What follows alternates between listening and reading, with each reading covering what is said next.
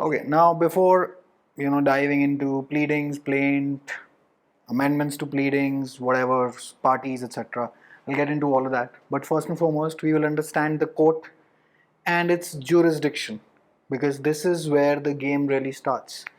Because if, as an officer of the court, or let us say you can say technically speaking English में owner of the courtroom, but legally मत use कर देना कभी भी इस भाषा को owner of the courtroom, because you're not really owning it, but you're technically speaking the master, the owner of the courtroom till the time that you have the job which you are applying for. You will need to figure out the first and foremost question when a civil suit is presented to you, because then only will the CPC come into play, is that do I have the jurisdiction or not to try this suit? Do I really have the power? Am I really competent? Do I have the authority to sort this suit, or rather to try this suit? Now think about it in this term, Hindi की line, कि ये मेरा काम नहीं है, ये उसका काम है. SBI कभी गए होंगे या कभी बैंक का जो भी है कि नहीं ये इस टेबल पे नहीं, आप टेबल नंबर 4 पे चले जाइए, ये उनका काम है, ये उनका डोमेन है, ये उनका मैटर है. If you understand that concept, you pretty much have understood the word jurisdiction, because this is the first and foremost principle before the suit even starts. Because for the suit to start, you need to have jurisdiction. And who is this you? And who is that can I try this suit? Who is this I here? The court, the courtroom, all right? And if you understand this word fully, you will understand as to what your inherent power really is, which is given to you by the legislation. So let us say this is one boundary of something. Let us say this is court 1 and this is court 2. All right. Let us say this is North Delhi का अशोक विहार का इलाके में. Let us say an offense, civil or rather criminal offense has been committed. There's no civil offense. Just या civil suit या कोई property. Let us say that कोई किसी के मकान पे that there is some dispute between some चाचा मामा ताया has happened, and then court 1 is situated in Rohini and court 2 is in Saket, and let us say GK में कोई civil dispute हो गया, or even a criminal offense has been committed. Ashok Vihar वाला case GK वाले court में नहीं लगेगा, because that court doesn't have the jurisdiction to try that.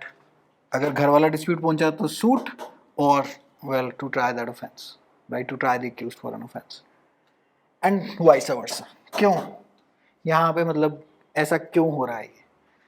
Because the courts have defined jurisdiction, they have limited jurisdiction. तो उनका अपना अपना मामला है. So for example, let us say the railway tribunal, just let me make this railway tribunal. Let us say कि कुछ train में आपका कोई टिकट का कोई इशू हो गया and then you're fighting for a refund from the railways. Can this court hear it? No. Why? Because it does not have the jurisdiction.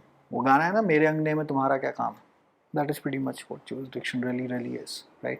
But ये एग्जाम में लिखना नहीं है कि jurisdiction in layman terms is described by मेरे अंगने में तुम्हारा क्या काम? वो कहेगा तू इधर आ और अभी के अभी निकल कि तेरा क्या काम है हमारे अंगने में, which is the judicial services exam. ठीक है जी? So hopefully this is clear. अब ऐसे ये तो होगी territorial limit की jurisdiction.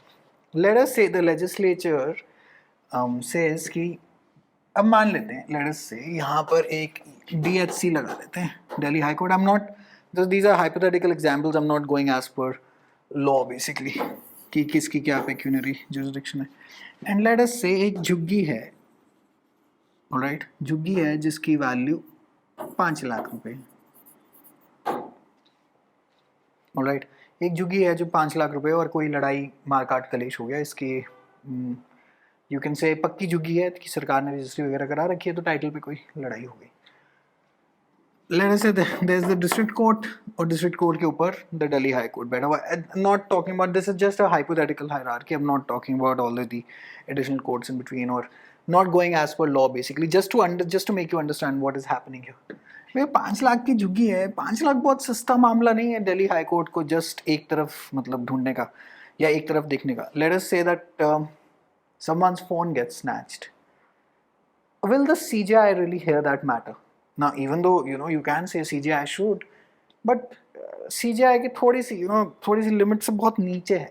हम कहते हैं यार तुम जाओ ना, उसके नीचे आपको मैजिस्ट्रेट बिठवा रखे हैं इतने सारे, वो अपना काम करेंगे. मैं अपनी कोई रिट पिटिशन अंडर आर्टिकल 32 या कोई PIL या कोई कॉन्स्टिट्यूशनल बेंच जो हमारी असेंबली है, मैं अपना काम करूंगा, वो अपना काम करेंगे. So for example, let us say Delhi high court में only 1 crore plus अगर प्रॉपर्टी की वैल्यू है तभी आप जा सकते हैं. So that is pecuniary jurisdiction. Pecuniary basically is money. So will the district court hear it or will DHC hear it? Well, district court is going to hear it. So even though CJI etc.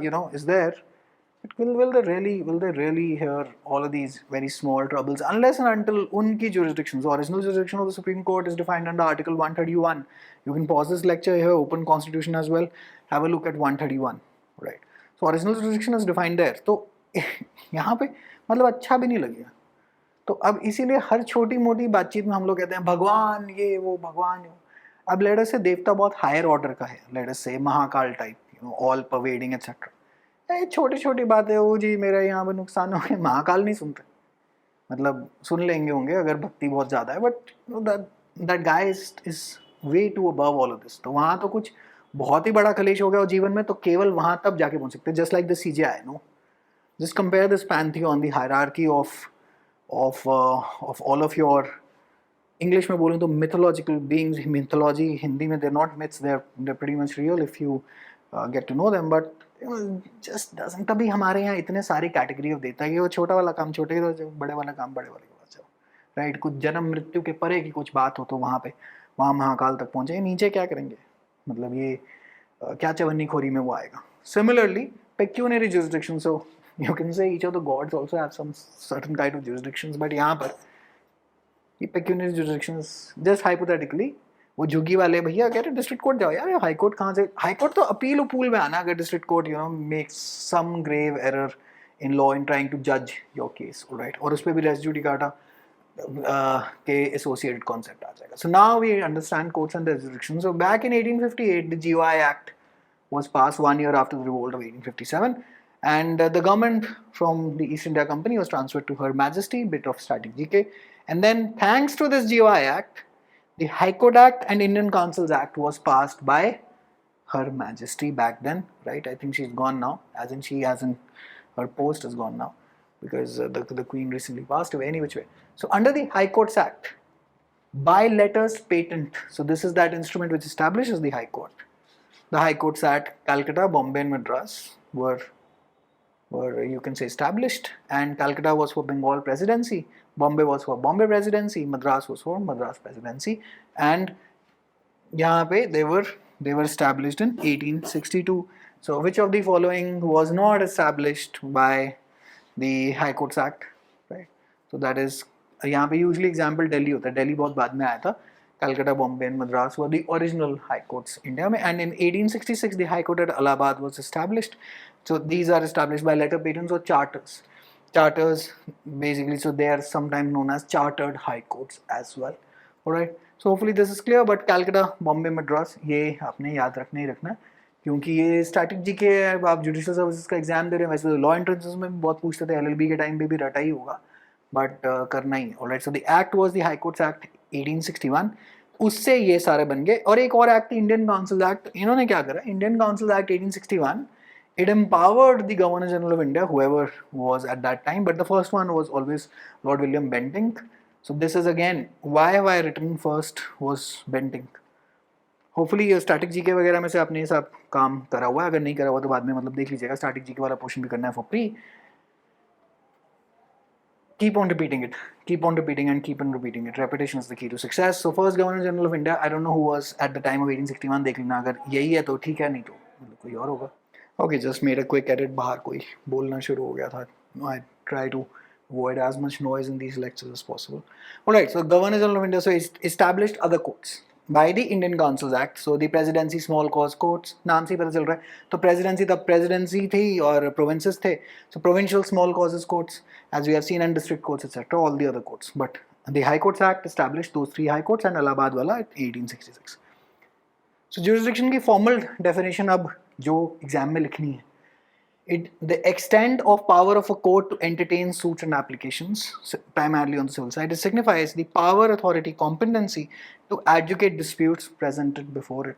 Pause the lecture here, write this stuff down, specifically these 3 points, ये answer में जाएगा ही जाएगा. So hopefully you're back after pausing. So whichever state that you may be taking the exam, such stuff really helps you out, especially in mains. क्योंकि अगर आप ये सब ऐसे समझाते हैं उनको कि आपको पता है, हाँ जी आपको पता है, तो instead of that you are constantly just rewriting the sections from the bare acts, उससे ज़्यादा नंबर नहीं मिलेंगे. उसको समझाना है, उसकी linkage कैसे है, and proper language has to be used, only then will you be clearing the mains, right? Pre में तो सब कुछ पहले ही लिखा होगा, so अगर साथ साथ revision अच्छी तरीके से करी हुई है, after you're through with this entire course in this online batch, I don't think if you've sincerely done it, you will have the greatest shot at clearing pre, and perhaps the greatest shot at clearing mains as well. But pre में तो कोई specific problem नहीं आनी, because mains get subjective, but pre में नहीं problem आ सकती, because I've researched this in and out. Half of my life it seems has gone in studying past year question papers and extracting out MCQs from whatever they can ask and whatever they can potentially ask. So pre I don't think should be a problem, because we covered it from each and every angle, from legal static GK, important is whatever, every damn thing is covered. Alright, so ये वाला काम जरा hopefully आपने लिख लिया. Alright, so then there is subject matter jurisdiction. So this is, now you can say with respect to subject matter. So this pecuniary, this is territorial, and jurisdiction as to subject matter. Territorial and pecuniary we have discussed, and jurisdiction as to subject matter वो railway tribunal वाला example है. railway tribunal आप दूसरा court नहीं सुनेगा. Now what exactly is a tribunal? You can understand from this very concept. Let us say that there is a court, and let us say उसके अंदर से एक हिस्सा, and it can hear all sorts of matters. So it can hear railways, it can hear marriage, it can hear property dispute, whatever, right? And let us say मैं ये हिस्सा काट के इधर से I place it into a separate tribunal by a statute. तो अब जो रेलवे वाले जो मामले हैं वो केवल, give me 1 second. रेलवे वाले मामले, I'm not editing this. Railway वाले मामले हैं तो railway tribunal सुनेगा, right? So that's why it's a statutory and a quasi-judicial body, but now it is not a full-fledged court, क्योंकि full-fledged court तो ये था ना जो सारे मामले सुन रहा था. It's a quasi-judicial body and railway सुनेगा. तो अब territorial jurisdiction में railway वाले मामले तो, subject matter jurisdiction में railway वाले मामले तो केवल railway सुनेगा, because it limits itself to subject matter, right? So that is its jurisdiction. So limits of jurisdiction, it is imposed by statute. It can be extended or restricted by the respective legislatures. All right. तो एक maximum लिखेंगे pre के लिए बहुत ज़्यादा important है. Ex dolo malo non orator action. अब आप कहेंगे वो pre के लिए तो दूसरा बोलते हैं. मैं pre के लिए specific questions बोल रहा हूँ, sections, articles, orders, rules से.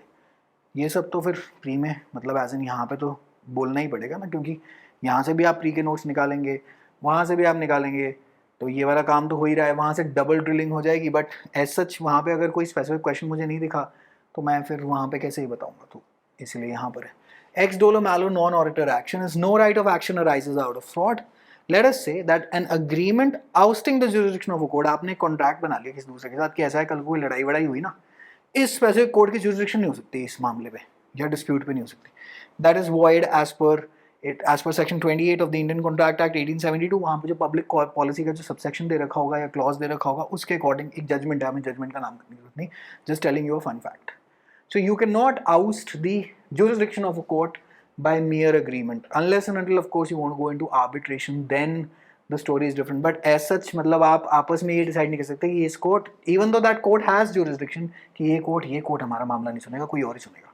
Except do not apply this in arbitration etc. But यहाँ पर just section 28 में क्योंकि इसके ऊपर एक judgment void हो जाएगा because this is opposed to public policy. Okay. So can you as parties create jurisdiction when a court inherently lacks it? So let us say that there is a court which is lacking the jurisdiction to hear your dispute, but आपने आपस में नहीं यही सुनेंगे हमारा case तो नहीं हो पाएगा. You cannot create a court's jurisdiction. The court's jurisdiction is conferred to it by the statute and statute alone. Where a court has a jurisdiction, can your consent or waiver amongst the parties between the parties can it take it away? No, it cannot. All right. And then the most crucial point: defect in the inherent jurisdiction of the court strikes at the very authority of the court to pass a decree. ये decree क्या है अभी आने वाले हम CPC के अंदर decree / अभी यहाँ पे judgment भी लिख सकते हैं. But defect in the inherent jurisdiction of the court, अब कोई court है और उसके पास थी ही नहीं jurisdiction, yet trial चला, yet a decree was passed, as in the rights of the parties were decided by a formal agreement, by a formal, you can say, statement by the court. That pretty much is what a decree is. And let us say the court passed a decree, but it didn't have the jurisdiction. This is non-curable. This will basically spoil your entire trial, it will vitiate it. And it cannot be cured by an appellate forum. So judgment के ऊपर appeal होती है, judgement के ऊपर supreme court में तो खैर review भी हो जाता है, बट यहाँ पे अगर डिक्री पास कर दी गई है और उस कोर्ट की ज्यूरिसडिक्शन ही नहीं थी, ना कोर्ट को पता चला ना वकीलों को पता चला, और जब आप अपील में जब आपने दोबारा जी अर्जी लगाई कि भाई साहब ये क्या काम कर दिया आपने, किसी और वकील को जब पता चलेगा, तो that cannot, that is the perhaps the gravest error that you can make, because at the time of the seed that was being planted, जो सूट जब बिल्कुल शुरू ही हो रहा था, this fact should have been considered, and that is why we went into jurisdiction first, to understand what jurisdiction really is. All right. So decree passed without jurisdiction is nullity and a good defense in execution. तो decree तो पास करा ली, अब decree पास कराने पे ना काम खत्म नहीं होता, क्योंकि उसको execute भी कराना पड़ता है. At this point, open your Bear Act, CPC, and see. I'll take you to that specific order. And Order 21, execution of decrees and orders. All right. Order 21, 2 X's and 1. All right. So order of, as in I लिखा होता है, 1 लिखा होता है, I think should हम लोग तो order 21 ही कहेंगे. Execution of decrees and orders. तो एक डिक्री आ गई एक केस में, मतलब आप डिक्री निकलवा लाए कोर्ट से कि जी ये सामान मेरा है. अब वो आपको मिलेगा कैसे? आपको वो डिक्री एग्जीक्यूट करानी पड़ेगी, और क्या पता वो एग्जीक्यूटिंग कोर्ट अलग हो जाए ओरिजिनल कोर्ट से जो कि जिसने डिक्री पास करी है. Do you hopefully you not confused? Hang on 1 second. Decree तो आ गई, सामने वाला कहता है टटोल ले मुझे, try taking the money out of me. You got a money decree, as in the court has said this money belongs to you. अब कर ले जो करता है. अरे बाप रे. Order 21 enables you to get that decree executed. In fact, getting a decree is not a very difficult thing from the judicial system. It's executing it, and execution बहुत अच्छा. एक काम करना. Order 21. It goes from Rule 1 to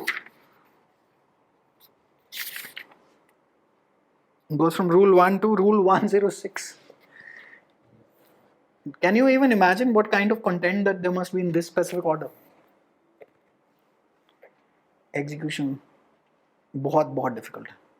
Difficult तो नहीं, मतलब execution में delay, मतलब जो delay tactics हैं by lawyers, they can be, you can file application upon application, get a date upon date. That is why people tend to remain away from civil suits. कि नहीं भाई ये नहीं करना, आपस में मारदार करके लड़ाई कर लेंगे. नॉर्थ इंडिया में तो ये होता है, but usually in other parts of India they do prefer, especially from people from south of India, they do prefer a lot of execution of the decrees and civil suits generally. So Order 21, Rules 1 to 106 always has to be on your tips. Where is execution of decrees and orders is given? Order 21. Order 21 contains how many rules? 106 rules, right? तो ये सारा का सारा मामला है. तो nullity and good defense in execution. So let us say the decree has been passed, and decree was passed without the court having the jurisdiction to pass that specific decree, you will not be able to get it executed because it is null and void. So this is a good defense in execution. ठीक है जी. इसके ऊपर कोई specific question नहीं आएंगे. This is all of your for your conceptual clarity. जब आप answer eventually जब लिखने जाएंगे, अगर ये सब ना पता होगा तो फिर आंसर तो समझ नहीं आएगा कि भैया सीपीसी में चल क्या रहा है. So hopefully this is clear. We'll get to execution.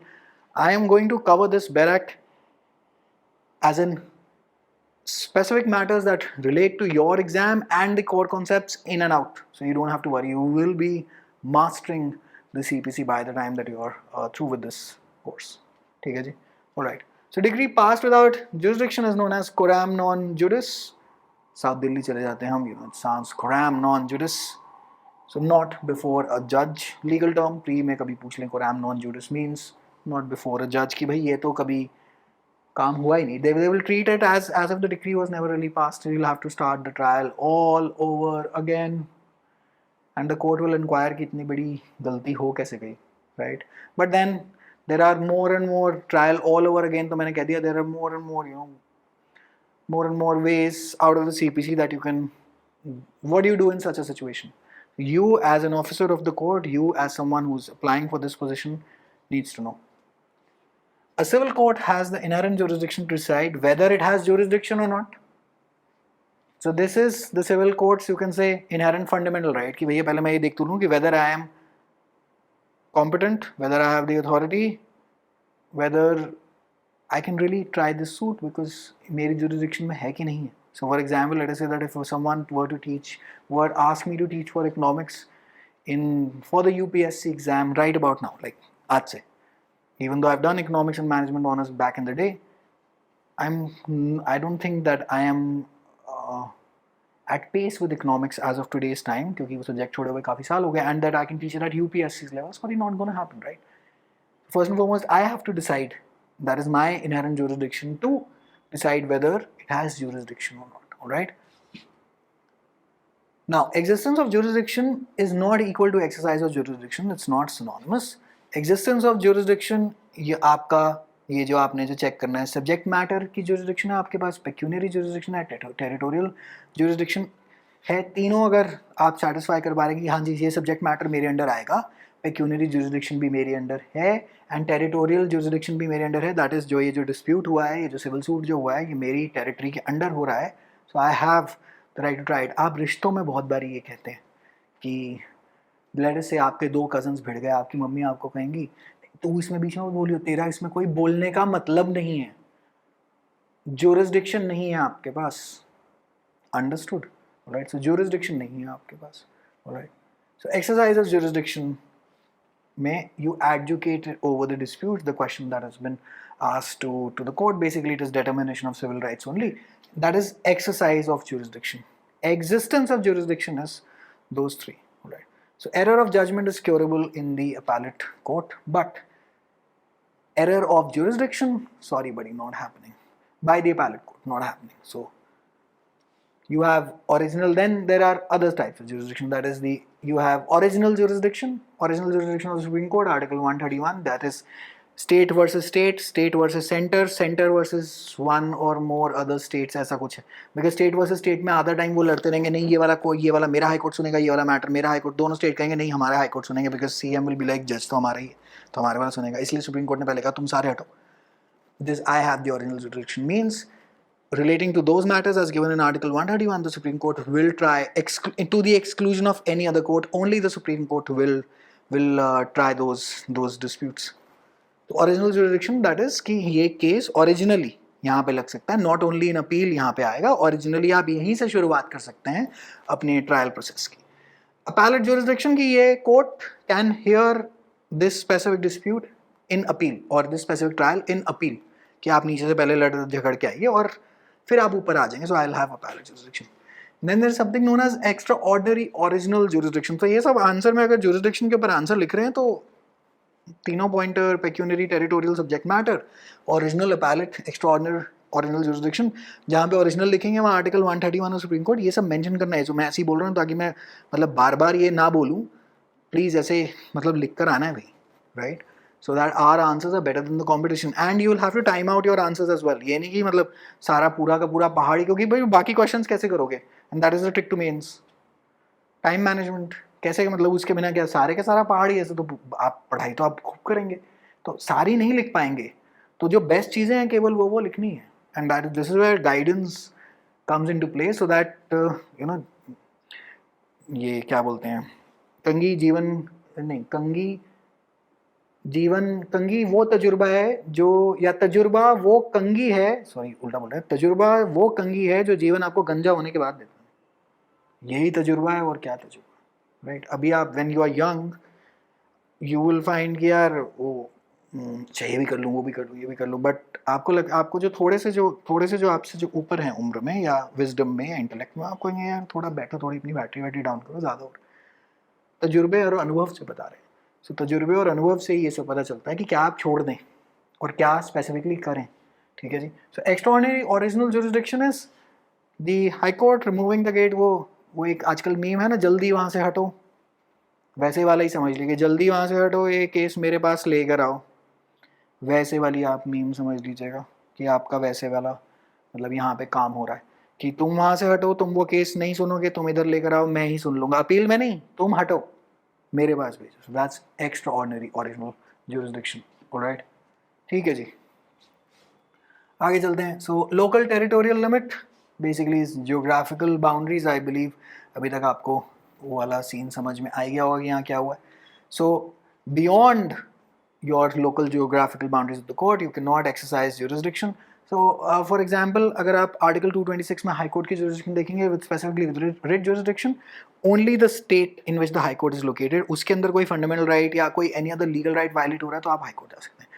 But in the Supreme Court is not, the writ jurisdiction under Article 32 is not bound, is not, bound by any territorial limit. Hindustan के किसी भी कोने में आपका fundamental right violate हुआ आप Article 32 में, and fundamental rights given under in Part 3 of the Indian Constitution, आप वहाँ पे जा सकते हैं और basically अपनी शिकायत आप वहाँ पे दर्ज करा सकते हैं. Alright, so beyond it cannot exercise jurisdiction, so this is fixed and modified by the state government. Pecuniary is, well, usually it's the Civil Court Act, and it's pecuniary is also amount of value of the case. Now for example, let us take a hypothetical example. Let us say the statute says कि भैया the court of a civil judge, the amount, let us say the your amount of the suit is less than 3 lakhs, only the court of civil judge will try it, and the district judge 3 lakh से 20 लाख और 20 lakh plus high court में जाएंगे. And let us say that there is a property that is worth 1 crore. Who will try it? Well, the high court, because 20 lakh से ऊपर आपको high court में जाना था, right? So that is आपकी pecuniary jurisdiction. So all three, pecuniary, territorial and subject matter, तीनों के तीनों satisfy होने चाहिए. All right, and 3 presidencies, the structure of the courts. 3 presidencies आप Calcutta, Madras, Bombay, high court, city civil court and small causes court वहाँ पर हैं. And यहाँ पे आपका state to state में well different होता है, but दिल्ली में एक लेवल पे डिस्ट्रिक्ट जज एंड डीजे एंड एडीजे बैठा हुआ है, एंड उसके नीचे सिविल जजेस के कोर्ट्स, ठीक है जी, okay. Now pecuniary jurisdiction is section 6 open, section 6 and check your bare act, save in so far as otherwise expressly provided, nothing herein contained shall operate in to give any court jurisdiction over suits the amount or value of the subject matter which exceeds the pecuniary limits any of its ordinary jurisdiction. Will you write an answer on jurisdiction without mentioning section 6 pecuniary jurisdiction? No. So you don't have to, in judiciary exams you will not need to remember sections word to word, except for some sections in pre for sure, but यहाँ पे नहीं ऐसा नहीं है, ऐसी कोई tension की बात नहीं है, ठीक है जी. तो pecuniary jurisdiction, but you will have to, let us say that you are talking about jurisdiction in a mains का answer, be it of any state, doesn't really matter क्योंकि jurisdiction का concept pecuniary jurisdiction state to state मतलब in real life by statute तो बदलेगी, but overall the concept remains the same, right? तो अगर abstract answer लिख रहे हो on pecuniary jurisdiction या jurisdiction overall, section 6 has to go, क्योंकि section 6 नहीं लिखा तो मर गए. So section 6 CPC 1908 pecuniary jurisdiction is defined under section 6, ठीक है जी, ये काम लिखना ही लिखना है. So mark कर लीजिए अपनी बैराक में. No court shall entertain any suit which as regards the subject matter has been accepted from its cognizance. Presidency and small cause courts के अंदर recovery of immovable property is expressly barred, ठीक है जी।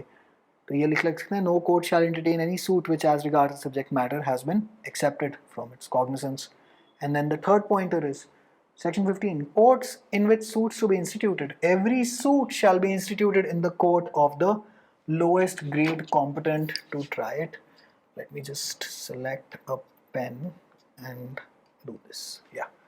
This is pre ka question. They will give you the entire sentence. They will give you the entire sentence, and it says every suit shall be instituted in the court of dash. So this is a pre-ka question. Do you understand how these questions are framed? Because as soon as you start understanding how these questions are getting framed, as soon as you start getting into the boots of the examiner, there is no way that you do not pass the exam. You will be passing this exam and you will get the job that you're applying for. Now you tell me, in jurisdiction, which other section apart from section 6 will you be mentioning? 15 करना है mention. उन्होंने आपको place of sewing वैसे भी उन्होंने लिख दिया, every suit shall B instituted in the court of the lowest grade. Now what does this mean? Now for example let us से, फॉर एग्जांपल आपका आ गया जी 10 लाख की कोई इमूवेबल प्रॉपर्टी पे झगड़ा। वैसे तो 10 लाख की कौन सी इमूवेबल प्रॉपर्टी होगी, पता नहीं, आजकल तो कुछ नहीं आती इमूवेबल प्रॉपर्टी में 10 लाख रुपए की, ज़माना बहुत महंगा है। But let us say that there is a grade 3 court या क्लास थर्ड या क्लास 3 का कोर्ट, क्लास 2 का कोर्ट, क्लास 1 का कोर्ट, या ग्रेड हैं 1 2 3 के। एंड लेट अस से कि आपके थर्ड वाले को तो स्टैट्यूट ने कह रखा है भैया ये तो नहीं सुनेगा, ये ज़्यादा, ये सिर्फ गरीबों को सुनेगा। 10 लाख वाले तो इधर आएंगे, या क्लास 2 में आएंगे, क्लास 1 के पास भी है। अब जब इन दोनों के पास जुरिस्डिक्शन है तो किसके पास लगना चाहिए suit? Let us just presume this is a hypothetical situation. So class 2 में लगेगा as per section 15, ठीक है जी। So class 2 में लगेगा। So civil judge of senior division basically in which is also known as grade 2 के अंदर लगेगा। मैं class interchange करके बोल रहा हूँ, but grade 2 के अंदर लगेगा। So civil judge of senior division ये आपका in Maharashtra Gujarat, subordinate judge in Tamil Nadu West Bengal, but Delhi में district judge has original and appellate jurisdiction both. So court of civil judge has no pecuniary limit in Delhi specifically, but ये usually ये ज़्यादातर ये चीज़ें amend होती रहती हैं, these rules and these bylaws etc. So just खैर अभी तो no need to check, only just giving you an example here. तो lowest जो lower grade वाला जो court होगा, so let us say that 2 courts parallelly have jurisdiction, तो lower grade वाला जो court होगा उसमें आपका ये वाली चीज़ जो आपकी आएगी, जो court जो suit होगा will go into that court. Now it says courts to try all civil suits unless barred. All right, the court shall, subject to the provision herein contained, have jurisdiction to try all suits of a civil nature. Civil nature अब कहीं पे defined नहीं है, but it's more mainly determination of civil rights only, excepting suits of which their cognizance is either expressly or impliedly barred. Do you see the prelims का question? 2 kinds of barring of suits, one is expressly, one is impliedly. Implied जैसे हम contract act में भी करते थे कि जी या तो एक्सप्रेस है by words, implied is by basically by actions, right? तो वैसे भी like for example usually जवाब ना देना भी एक जवाब है। People friend zoning you or ignoring your DMs, that is implied। और सामने से कोई मुंह फट आदमी दबंगों की तरह आपको क्लियरली बता ही दे कि भागो यहाँ से, एक्सप्रेस, ठीक है जी। Courts to try all civil suits unless barred, so it says jurisdiction of the court and res judicata. Another section to add, so section 6, section 9, section 15, all 3 sections, try to mention them, and one more, section 11, res judicata, ठीक है जी। All associated concepts 6, 9, 11, 15 go in one answer. Even if you're writing an answer from res judicata, try to connect it with jurisdiction, but we'll just get to res judicata, ठीक है जी। And if more details are needed, on res judicata, if I encounter some more good details from the endless commentaries that I have, I will do a dedicated lecture on res judicata if it is needed. But right now अभी तो flow में चलते हैं। आज res judicata I'll just introduce the concept to you as well. Okay. So determination of civil rights, but आगे जरा res judicata section 11. This is pretty much the most popular question. Where is res judicata given? Section 11 res judicata. Double jeopardy, a very similar yet different concept, was given where in the Constitution of India, Article 20, Clause 2.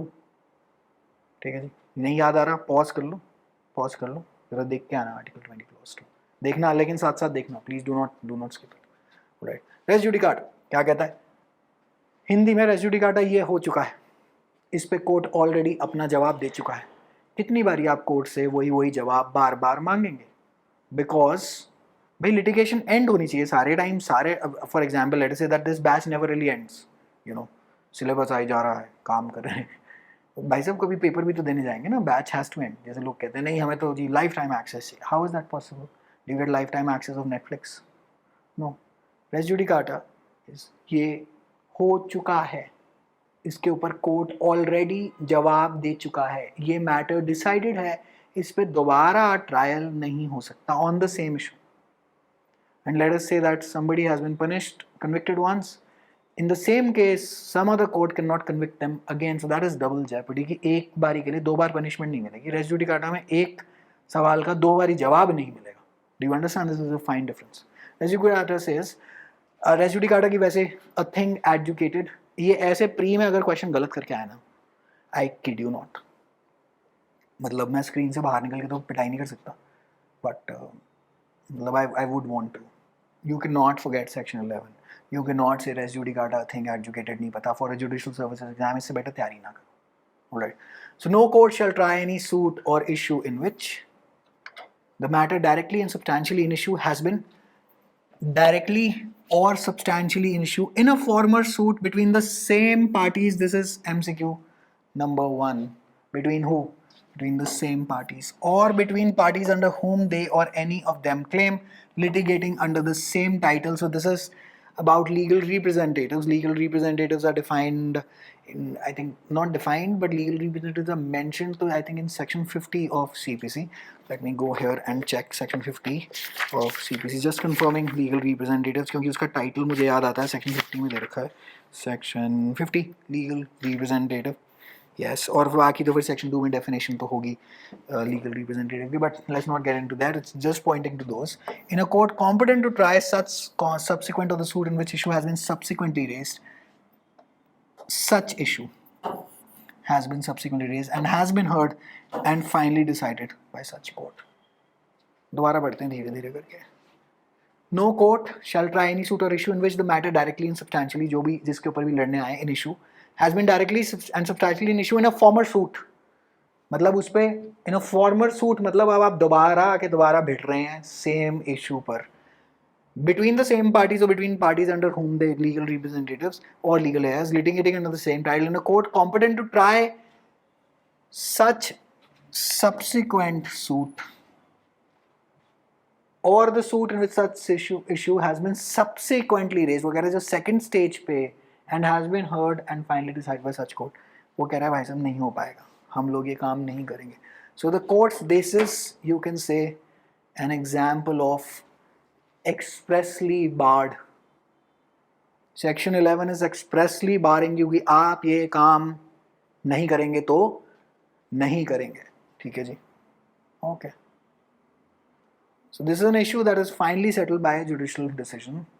An issue that has been finally settled by a judicial decision, that is a thing adjudicated already, is expressly barred by res judicata for any further or subsequent court to hear it, or subsequent in to for you to raise it in a subsequent suit, you will not be able to do so. So the plea of res judicata is a restraint on the rights of a plaintiff to have an adjudication of his claim. ठीक है जी, तो race judicata is well ये हो चुका है, इस पे दोबारा हम लड़ाई नहीं करेंगे। आप इसको अपील में ले जाइए कि भाई मैं सहमत नहीं हूँ कोर्ट के फैसले से, तो आप अपैलेट जुरिडिक्शन के द्वारा अब हायर फोरम पे चले जाइए। बट अगर आप कहेंगे कि same level hierarchical same level पे एक कोर्ट जो ऑलरेडी डिसाइड कर चुका है, लेट से साकेत कोर्ट ने एक फैसला दे दिया, अब आप किसी दूसरे कोर्ट में पहुंच रहे हो on the same level trial court पे या डिस्ट्रिक्ट कोर्ट में, तो मतलब कैसे होगा ना, मतलब यही तो फिर आप लिटिगेशन पे लिटिगेशन करते रहेंगे, आप एक दूसरे को दुखी कर देंगे और एक तरह से आप कोर्ट्स को भी दुखी कर रहे हैं। तो कोर्ट्स के पास इतना टाइम नहीं, क्योंकि भाई लोग बहुत ज़्यादा हैं and as it is our justice system is clogged up. So this is primarily to save judicial time from deciding on the same issues that have already been decided. So this is a good defense that usually good lawyers take कि भाई पूरी लड़ाई थोड़ी बहुत शुरू हो रही है, कह रहे हैं वैसे तो रेस जुडिकाटा इस पे तो ऑलरेडी फैसला आ चुका है, right. So 2 principles on which res judicata is based on. तो ये अलग अलग किताबों में इनकी लैटिन में हमेशा अलग अलग काम दे देते हैं, कहीं पे रिपब्लिकांट दे देगा या कुछ भी है, बट इंटरेस्ट रिपब्लिक के ut sit finis lithium UTSIT lithium is, which means that it is the interest of the state that there should be an end to litigation. So this is, one of those.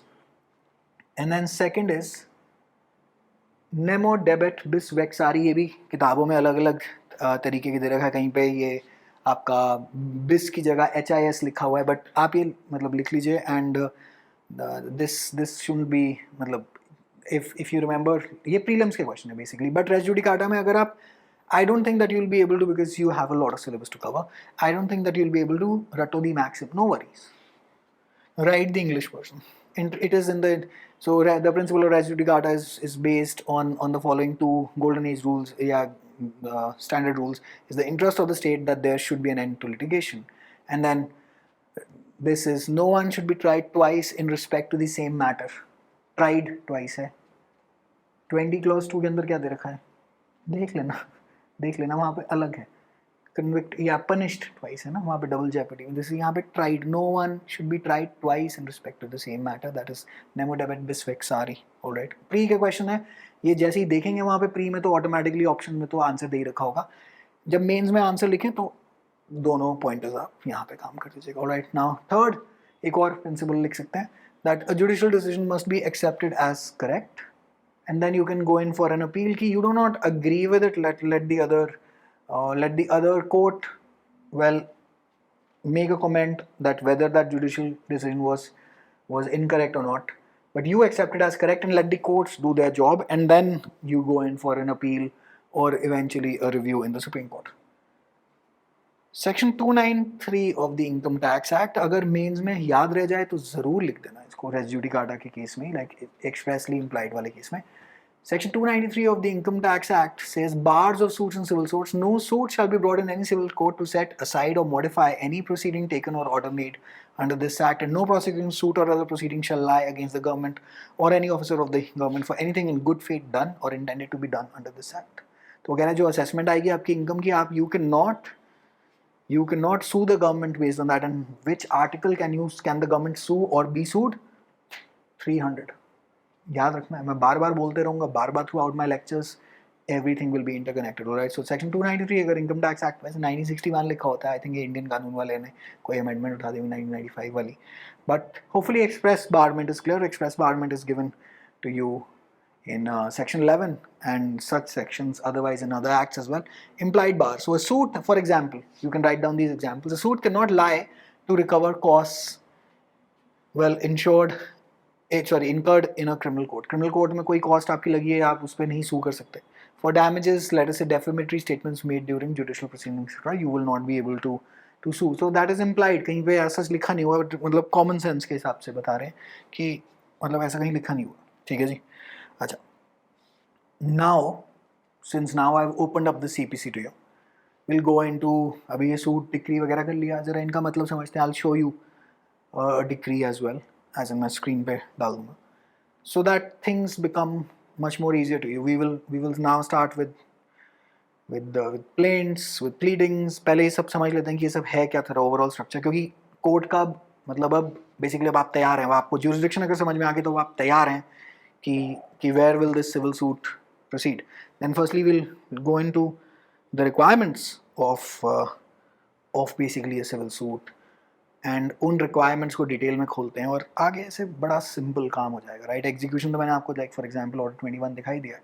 अभी बहुत कुछ और करते हैं कि arrest होता है civil cases में कि नहीं, can the person be rearrested or not, मतलब एक बारी, and what is the upper limit for punishment in civil cases, stuff such as this. Alright, all of this now in subsequent lectures. So now अगर आपने आज की ये 2 classes इकट्ठी देख ली हैं, great, now get up from your laptop, you are through for the day. इतना काम हर रोज़ करना है. इसके बिना अगर लगेगा कि जुडिशियल सर्विस एग्जाम निकल जाएगा, हाँ एक लेक्चर करके देख लें, नहीं निकलेगा.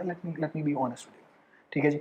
Alright, wishing you all the very best. I see you in further lectures. Take care. Bye.